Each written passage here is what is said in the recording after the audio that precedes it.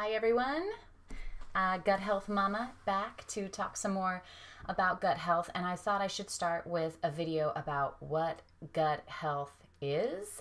I think we all talk about it, but we don't really think exactly what that is. So I will start by saying I am not a nutritionist. I am not in the medical field whatsoever. I'm just a person who's trying to get healthy, understand health more, and talk about it in layman's terms. So if I get something wrong, that's all right. Always double check things, obviously, anything you see on the internet. But I have been reading a lot about gut health, and I do want to share briefly some of what gut health really is. So to think about gut health, I think we have to think about how we get to our guts. And so that involves our GI tract, gastrointestinal tract, the very fabulous machine that breaks down our food and processes our nutrients for us. So if you think about your GI tract, it is about 30 feet long, and it starts at your mouth and ends at your anus. And of course, we put food and drink into that all day long, which I'll talk about. The fun part about the GI tract is how it breaks down the food. Okay, so you put it in, your mastitators start breaking down that food into smaller chunks. Your saliva helps put it down through your esophagus. Through your esophagus, then it goes into your stomach. That's where things start to be broken down and used for the body. This whole muscular tube in the GI tract, it keeps, stressing and making sure food goes down into the next section. So it's constantly working, constantly massaging and pushing that food into the next part of the body. After the stomach, it's broken down a bit and goes into the small intestine and then into the large intestine before reaching the old rectum. Okay, so your food during all this time is being broken down, and the bloodstream is taking the good nutrients and bringing it to the parts of your body that need it. And then whatever's left over, fibers and waste elements, are then compacted, of course, and released into the toilet at your next convenience. When I think about GI tract, because I'm kind of fascinated by it all, I think about when it works really well. For people who put food into their bodies every day, 3 times a day, often more, then something should be coming out of that body, right? I hear sometimes from people that say, well, I don't poop for like 3 days. That's weird. You should be pooping a little bit more often than that. And then, of course, there are people that poop too often, that have diarrhea, or suffer from gastrointestinal problems, right? Right now in America, there are 70 million people with some sort of digestive problem. You might know people, or you might be somebody who struggles with GERD, IBS, irritable bowel syndrome, or even worse, ulcerative colitis. And then you might just be someone that has, maybe it's not GERD, but a slight acid reflux, can't eat certain foods, and struggles with just mild indigestion. So if you think about that, that's a lot of people, right? And we have a real problem with food in America. We knew this. I grew up in Southern California, and food's everywhere. It's on advertisements, and of course, anybody who watches TV, you're bombarded with food images all day long. And if you think about our culture, let's do a real big generalization here. Let's go back to 1950. And let's say most people had 3 square meals a day. You had your breakfast, you had your lunch. At 5 o'clock, everyone was home and you sat at the table together and you had dinner. And now think about what our meal system is like. You can eat anytime, anywhere.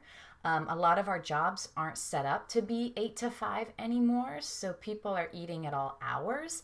And actually, studies have shown that our digestive tract is better in the morning and during the daytime, and not so good in the nighttime. So it's really fascinating what's happening overall with obesity and the unhealthy epidemic we have in America. So with all of this, studies have been skyrocketing trying to figure out what is going on. I mean, obviously, there's a problem with our food, right? Our food is not as nutritional as it used to be, and there's a problem with our relationship with food. We eat all the time whenever we want. Now, I should say, again, not a dietitian, and all bodies are different. If something works for you, awesome. I'm not saying this is the one way to eat or not eat or whatever, but people graze all day. If you go to get a coffee drink in the middle of the afternoon as a pick-me-up, it's full. If you're not just drinking like just a dark coffee, it's full of sugar and carbs and calories, and maybe you get a muffin while you're there, and you're adding about 1,000 calories to your day, right? And then if you think about our sedentary lifestyle on top of that, it gets rough, right? Okay, so we know a lot of that. There's a lady, Dr. Lynn Chang at UCLA, University of California, Los Angeles, who is studying how stress is linked to IBS, so irritable bowel syndrome. So stress and our stomach has already been linked, right? Think about some really common phrases, right? Have you ever said, I am sick to my stomach?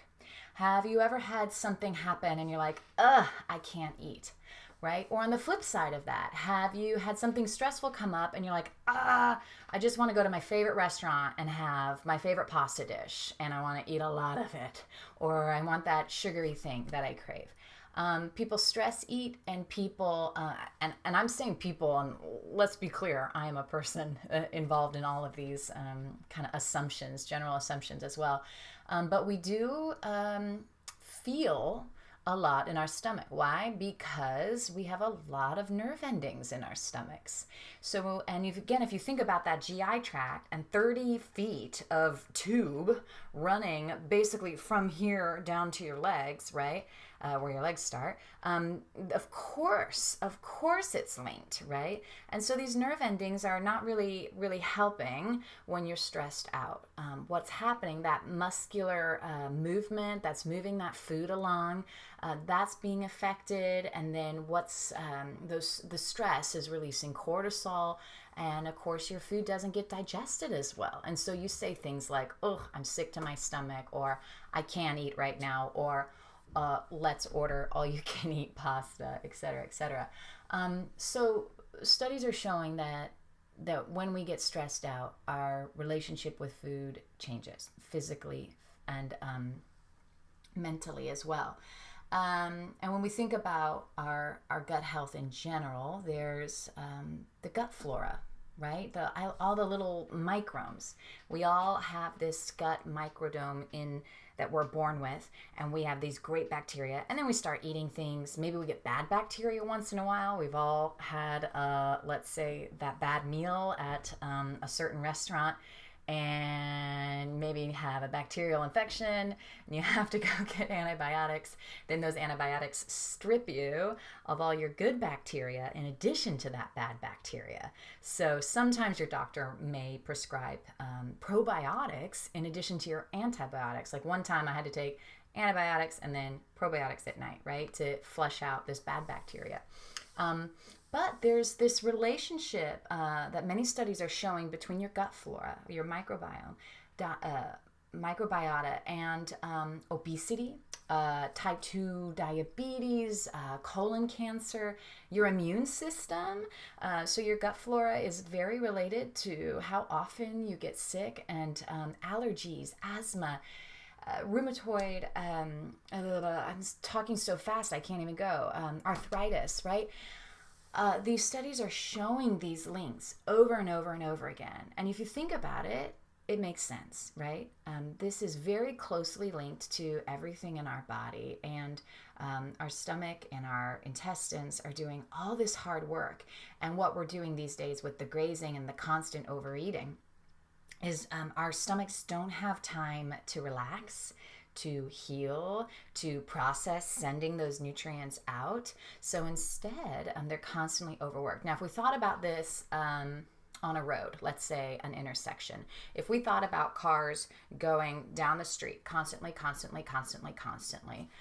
that'd be fine, except that sometimes a street sweeper needs to clear the curbs. And sometimes the sweet old lady needs to cross the road, and sometimes the school bus stops and we have to let the kids go either side. So we have to stop traffic once in a while. That's normal, right? Same like at a stoplight. Other people have to go, right? This makes sense. This is a good little thing. I like this story. So what we're doing now is not only are we not stopping, right? We're like kind of eating all day. We're not giving our body a few hours to start processing and sending nutrients. Instead, we're like, oh, it's been an hour. I think I'll eat. Not only that, on our road, we're stressing it out. It's like that we're driving while a tornado's coming, right? And power lines are coming across the road and trees are falling down because we're stressing out our GI tract. So think about that when we're making our food choices throughout the day. And again, one size does not fit all, but we're certainly eating more often and at different hours than we used to. On top of that, what we're eating is different. So those poor little gut flora, they used to just break down staple items, right? Now, there are so many additives in our food. So emulsifiers are a big problem. Emulsifiers are being studied as a huge deterrent to our food. There's polysorbate 80, lecithin, there's a long one, carrageenan, I can't pronounce it. Again, I'm not a pro, right? I'm just trying to express in layman's terms. But these are emulsifiers that make food, xanthan is in there, which is surprising to me because I've used xanthan gum for things. So these emulsifiers make food live on the shelf longer. Start looking at your labels for your processed and wrapped food at the store. Have you ever been alarmed about cookies that have dairy products in them, and yet they say this is good for the next year and a half, best if eaten by 2020, or food that they just want it to taste better. So maybe it's not about the shelf life, but the emulsifiers can keep things separate. And so think about making mayo, right? Emulsification. It keeps things separate and or keeps things from separating. I'm sorry if I'm not explaining that well. I get so excited, but I'm not perfect at this. I'm just trying to relate. All of these things are related to inflammation. So people are getting more and more inflamed because these emulsifiers are now in our gut. And if you think about something that has preservatives in it and it doesn't want the food to break down for a year and a half, instead of an apple, you eat the processed item, your gut has to work that much harder to break down these additives, right? So I'm a huge proponent for trying to help your gut flora as much as possible by making food at home from scratch. I'm talking even spaghetti sauce. I know that's hard because not everybody has time, but food prep has become an underrated element of our very packed schedules these days. And it takes a lot of dedication, but it is important to start eating basic ingredients that don't have all these preservatives in them, and so our bodies can break them down more. Okay, there was a study released in the Nature journal just earlier this year, like May or April, and in it they were feeding emulsifiers to mice in lower levels than what would be found in our food as safe, FDA approved. And so the mice that already had kind of a compromised system, maybe they're already, bad digestive tract mice or something, they developed chronic colitis. The mice that were okay just developed inflammation, which is obvious. We would expect that. Except the cool thing they found out was about those mice that just had inflammation. It led them to eat more. So your gut gets inflamed and then it wants more. So it goes to satiety, right? I'm not satiated, so I want more food. And this begins a really cyclical process of hurting our guts even more. So when we talk about gut health, what we want to do is try to help our guts in the best way. Try to eliminate preservatives, emulsifiers, and such. Try some fasting. Think about all the cultures and religions through the millennia that have encouraged and still do fasting. There's a lot of people on the intermittent fasting kick right now. Maybe we can do a video about that sometime. I don't know. But fasting is very crucial, and it gives your body a break, okay? I'm not talking dieting. And again, I am not a doctor, so you check in with your medical professional before you do anything. But I just want to share this stuff because it's not talked about like it should be. And people are really hurting out there, and we need to help each other out and make this more of a commonplace conversation, and demand better things from our food, from our stores, from our restaurants. You know, we all eat out a little bit. Don't eat out so much. And then on top of it all, you know, one of the big things I believe in are the supplements and probiotics. So you have your good bacteria that you're born with, and then you have bad bacteria that comes in once in a while, and we got to wipe it out. But we want to encourage our good bacteria to grow. And there are probiotics in natural foods and fermented things. And when you go and get, yogurt, sour cream, sauerkraut, things like that, you can have natural probiotics found in that, or you can take supplements. But what you're doing is feeding your gut flora. So a prebiotic is going to feed your gut flora the fibers that it flourishes off of, and a probiotic is going to add more good bacteria into your body. Different bacteria strains are linked to different things. So when you think about mental health or mood, that is related to certain strains of bacteria. So all of this is just an intro to what gut health is, and different ways we can look about improving it. But I just love that visual of thinking about the whole process of food. Maybe it'll help you slow down and chew a little more, or not watch TV while you eat and really think about this process. Relax that body, relax that stomach, go slowly so that you can be satiated, and start thinking about your food choices. It's so hard. I like delicious things as much as the next person. And when sugar is introduced, you know, it lights up more parts of your brain than cocaine. It is addicting. And so training your body to enjoy the natural sugars of fruits and vegetables, again, takes some time, right? There's candida growing in your gut, and we've got to strip it out of there so that we can enjoy the natural flavors of things again.